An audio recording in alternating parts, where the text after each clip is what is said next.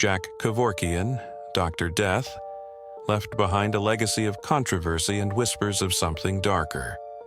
Decades after his death, his infamous euthanasia device, the Mercitron, was thought to be destroyed. But what if it wasn't?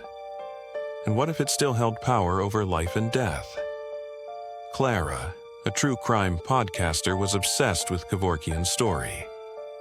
Her fascination turned chilling when a mysterious package arrived. An old leather case. Its surface burned with the initials JK. Inside were medical tools, a syringe, tubing, and an antiquated device unmistakably Kevorkian's Mercitron. It wasn't a replica, it was real. Despite her unease, Clara featured the case in a new podcast episode. She called it The Final Chapter of Dr. Death, and teased her listeners with the eerie find. But after the recording, strange things began to happen. That night, Clara woke to a faint buzzing noise.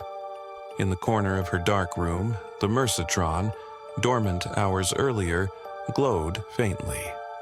Its switches clicked on their own, and the tubing began to move. Through the static came a chilling whisper. "Next patient."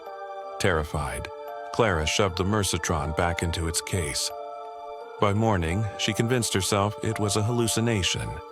Yet, as she researched Kevorkian's patients, a disturbing pattern emerged. Many had reported hearing faint whispers before their deaths.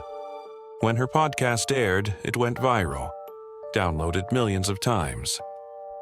Fans marveled at Clara's recounting of Kevorkian's methods, but with the success came disturbing messages.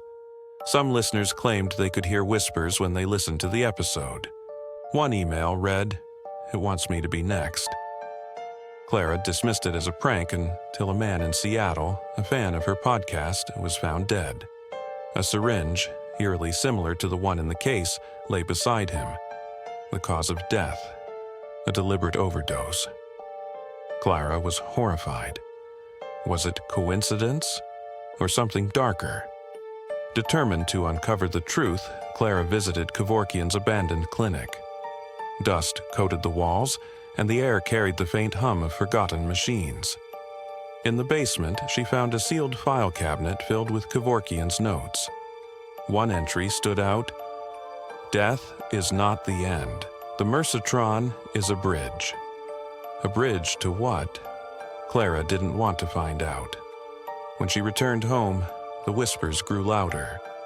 The Mercitron began activating on its own, the tubing writhing like a living thing.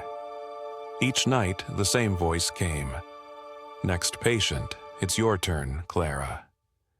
Panicked, Clara tried to destroy the device, but it resisted every attempt. Desperate, she sought help.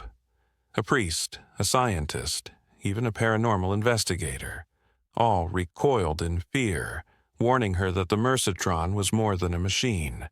It was a conduit to something far darker. Then, Clara vanished.